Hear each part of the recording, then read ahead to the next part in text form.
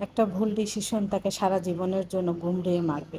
তার ভুল হচ্ছে এটা যে সে বিবাহিত ছেলেকে নিয়ে নতুন করে বাঁচার স্বপ্ন দেখা, বিবাহিত ছেলেকে নিয়ে সে নতুন করে পথ চলা।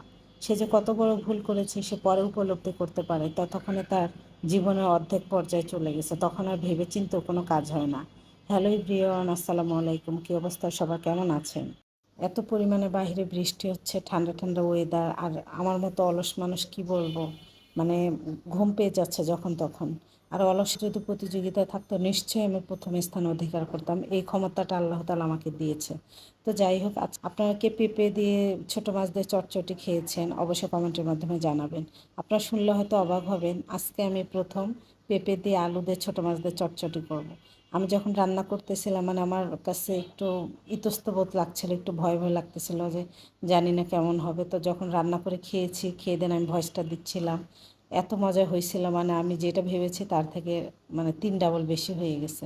তো যাই হোক, আমি যা ভালো করে হচ্ছে সব কিছু দিয়ে মাখিয়ে নিচ্ছি, নিয়ে হচ্ছে ছোটো মাছগুলো দিয়ে দিছি উপর দিয়ে। মানে যেহেতু প্রথম রান্না, আমার জামাই আবার একটু রান্নাটা যদি ভালো না হয় তাহলে কিন্তু মানে একটু রাগারাগি করবো, রান্না মজা না হলে পছন্দ করে না।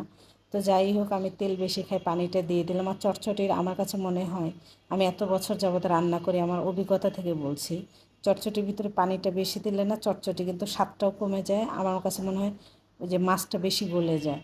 তো আজকে কী হয়েছে জানেন, আমার এদিকে রান্না শেষ হয়ে গেছে আর বাবু হচ্ছে ফোন দেখতেছিল, আর আমি ওর জন্য এক পিস মাছ ফ্রাই করতেছিলাম। মাছ ফ্রাই করতে করতে বাবু মোবাইল দেখতেছে, কখন যে ঘুমিয়ে গেছে আল্লাহ জানে। এসে দেখি মোবাইলে খালি একটাই সাউন্ড বাজতেছে, আর আমার এত গিলটি ফিল হচ্ছিল, আহারে ময়নাকে খাওয়াইতে পারলাম না। মাদের যে সন্তানদের প্রতি কেন এত কষ্ট হয়, যদি মা না হতাম আমি বুঝতে পারতাম না। আল্লাহ তাআলা আমাকে এই সৌভাগ্য দিয়েছে। এটা যে কি একটা অদ্ভুত মায়া ভিতর থেকে চলে আসে। তো ময়না ঘুমানো দেখে আমার অনেক খারাপ লাগতেছিল, খাওয়াইতে পারতেছিলাম না। আর এত গিলটি ফিল হচ্ছিল, মানে কি বলবো। আর একটা বাচ্চা জানেন, ও এমনি খায় না, কিভাবে সুস্থ থাকে আর কিভাবে তার শরীরটা ভালো যায়, ঠান্ডা জ্বর লেগেই থাকে, এরকম একটা অবস্থা। ওরা হচ্ছে এমনি অপুষ্টিহীনতায় ভোগে না খাওয়ার জন্য। আর এত মানে কী করবো ভাবতে পারতেছিলাম না। আর আমি অনেকক্ষণ যাবৎ বসেছিলাম নামাজ পড়ে, তারপরেও খাইনি। পরে আমি সকালে যেহেতু না খেয়ে আছি, শুধু চা খেয়েছিলাম, এজন্য পরে হচ্ছে আমি ভাতটা খাবো। তো মানে যেহেতু ঘুমিয়ে আছে, আর ওর পাশে বসে না থাকলে না ও একটু পর পর জেগে যায়। আমি ঘুমাই অথবা না ঘুমাই, তার পাশে বসে থাকতে হয়। তো অনেকক্ষণ বসেছিলাম, তারপর হচ্ছে এখন ভাবতেছি কি যে একটু ভাত খাবো।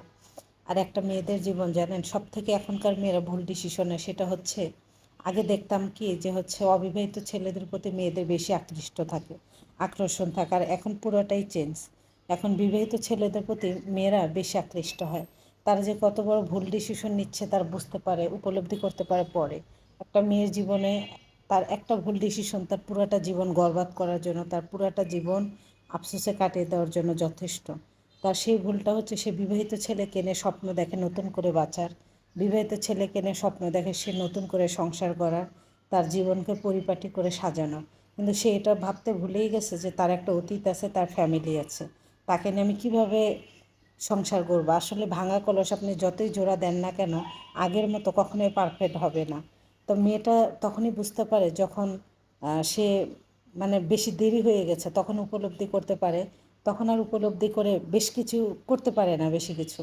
আর সেই ছেলেটা, মেয়েটা তো আফসোসের দিনটা কাটিয়েই যায়। আর সেই ছেলেটাও তখন, যারা দ্বিতীয় বিবাহ করে, সেই ছেলেটাও তখন বুঝতে পারে যে আমি কতটা আমার জীবনে একটা ভুল ডিসিশন নিয়েছি আমার প্রথম ওয়াইফ বাচ্চাদেরকে রেখে। তখন সে নিজের ভুলটা বুঝতে পেরে দেন তাদের কাছে ফিরে যায়। আর এই মেয়েটা সারাটা জীবন আফসোসের, মানে তার জীবনটাই পুরো শেষ, জিন্দেগিটাই তার এভাবে কেটে মানে কাটায় দিতে হবে চোখের পানিকে সঙ্গী করে নিয়ে।